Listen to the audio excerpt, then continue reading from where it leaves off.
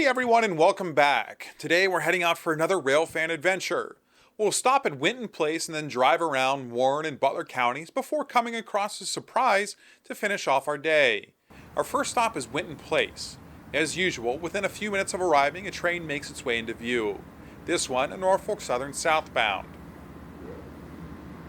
4 mph on the CSX D717. Number 1's going to be hot. Head 717.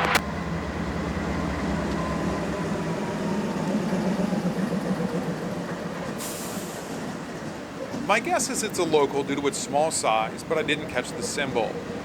You can see Winton Place is very wide open. It was a great day, but the ground was still very soggy from the heavy thunderstorm we recently had. You can see all the ruts from the heavy trucks that come through the area filled with water. There's room for several cars and trucks to pull up and not be in the way. While we watch, let's listen in on the radio traffic from the Queensgate Yard just south of here. Q20227. CSX 717 to employee in charge, R.A. McKinney. That's 9686, approach medium at the NA Tower, and that's number 2 track, CSX number 1 track, Z427-27 We'll see who that Norfolk Southern train is in just a few minutes. We never see Q202, but we hear a lot from it, so here's a little bit about the train. It's a daily freight that starts at Osborne Yard in Louisville, works Queensgate and North Baltimore Yard, and then terminates in Walbridge, Ohio, just outside Toledo. 202-27 to employee in charge, R.A. McKinney. As far as scenic views go, Winton Place doesn't offer very many in my opinion. Sure, it's got the B&O color position light signals, which I will admit I do love seeing. However, there's not much else. This is a place to just come and enjoy trains, and there are a lot of them. This train finishes up with some Pollo cars and 2 more gondolas.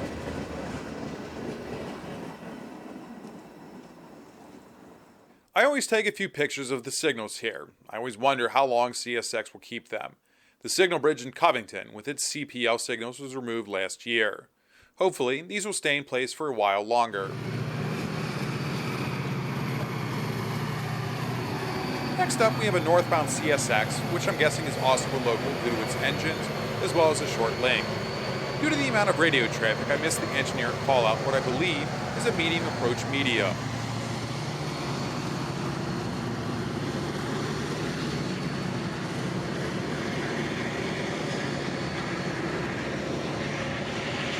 Sorry about the wonky video here. That's a combination of using a telephoto lens, which just means it's zoomed in, the wind causing it to shake, and the camera trying to stabilize all the footage. What you get is known as a jello effect because of the way it jiggles. Q351, 26, employee R.A. McKinney, over. Q351, 26, got a CSX 846 as our leader. RG copying, got us lined here off the NS, down number 1, south direction, like permission for your working limits there. Should be going straight in the yard, over.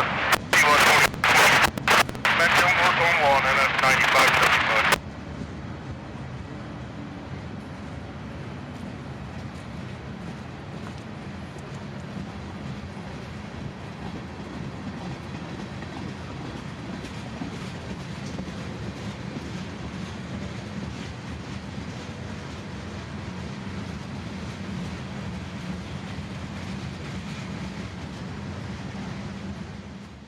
Within a few more minutes, we had another southbound Norfolk Southern coming at us. One of the very few things I dislike about the area is the slow pace. I really enjoy seeing trains at track speed. Here, everything is somewhat of a crawl, as you can see. Although I'm happy to put up with it since there are just so many trains.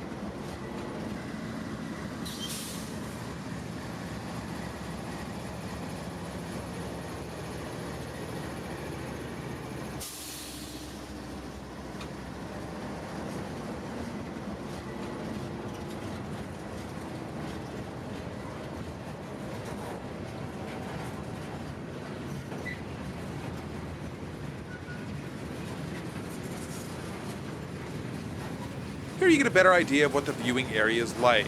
That's Mill Creek on the right. It empties into the Ohio River. There are a few people already here enjoying the day when I pulled up. One was a fellow YouTuber and his dad. You've probably seen his videos. It's Kenton County Railfan Productions. Sorry I'm terrible at taking pictures. I like to be behind the camera. It was great talking with them, and I'm sure we'll run into one another again.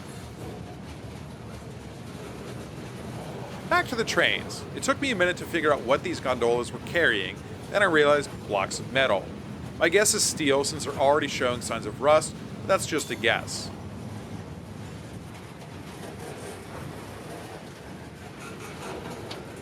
While we've been watching this train, something's been sneaking up on CSX track number 1.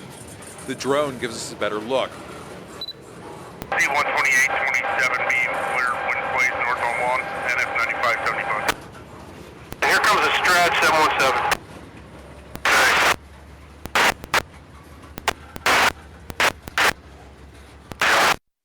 Fine, 128 out. It's CSXT 717, 3 steps provided, over. We see it come past us and then diverge onto the CSX line to Lima. If anyone has any information on how long these lines have been used for directional traffic and shared, I'd love to know more. C-128-27 Clear Spring Grove head-on connection, NS 9575. That's 9686, stop at Coleraine, 3 south. Z42727 up. It's coming up on the rear, CSXT 717. And the conductor, did they give you a ride back here?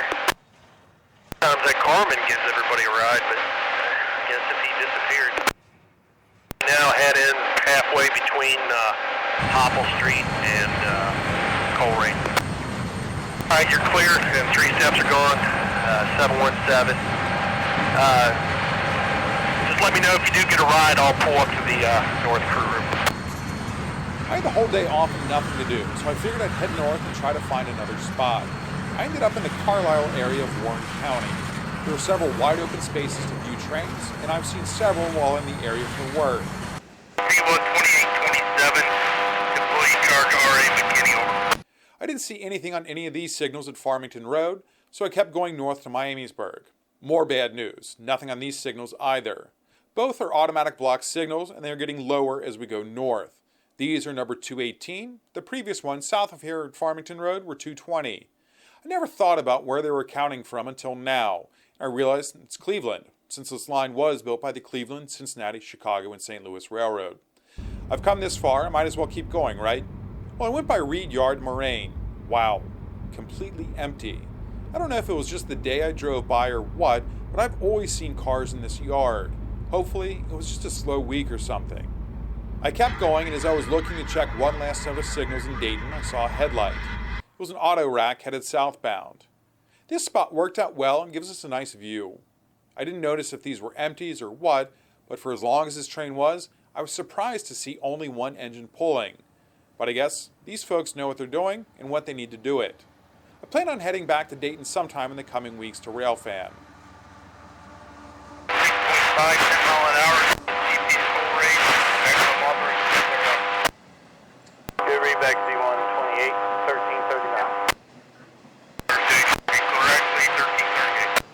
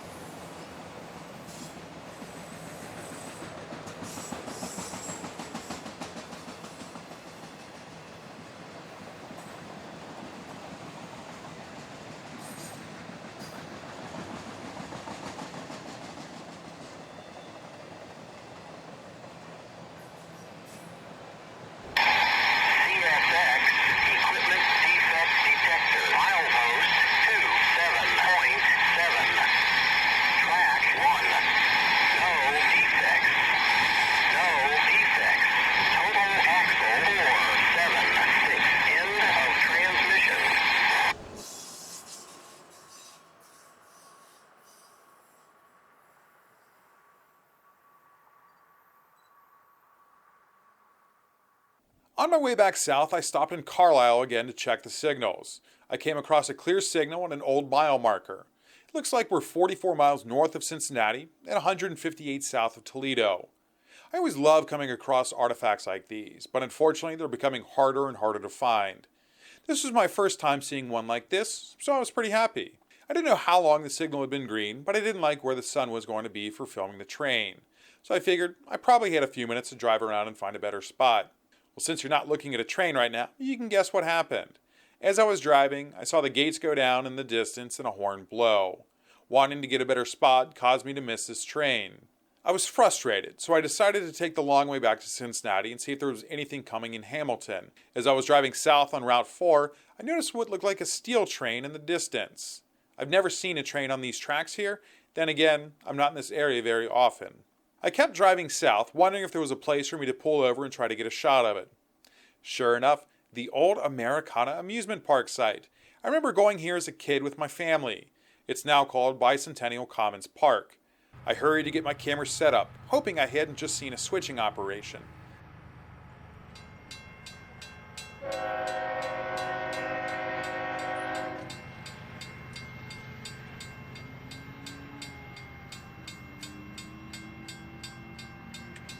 Turns out, it was perfect timing. Within just a few minutes, I hear the horn blast and the train was making its way toward me. I didn't catch a symbol, but I think it's either J762, which takes empties and loads from AK Steel in Middletown up to Lima. It may have also been J791, which works AK Steel. If anyone can fill me in, I would certainly appreciate it. AK Steel must be a pretty important customer for CSX. I noticed this is continuous welded rail. I'm assuming that's because of the weight of the steel and the need to keep this line in top shape.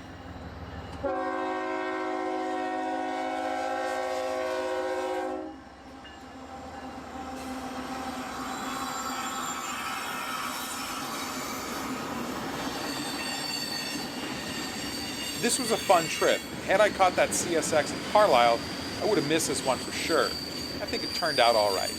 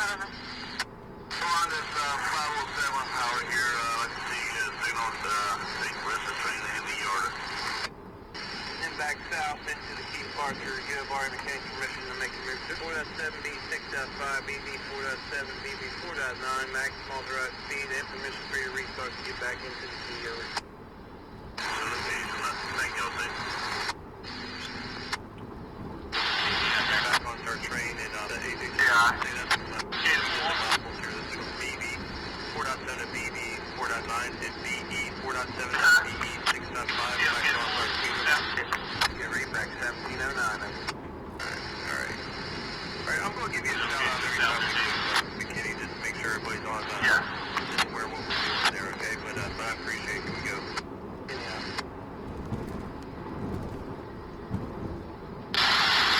Norfolk Southern, milepost 23.3, no defect.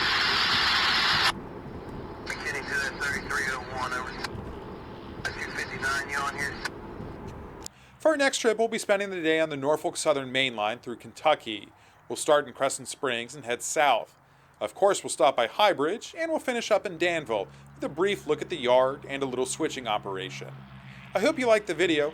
Let me know where you think I should go next. Until then, I hope you have a great day.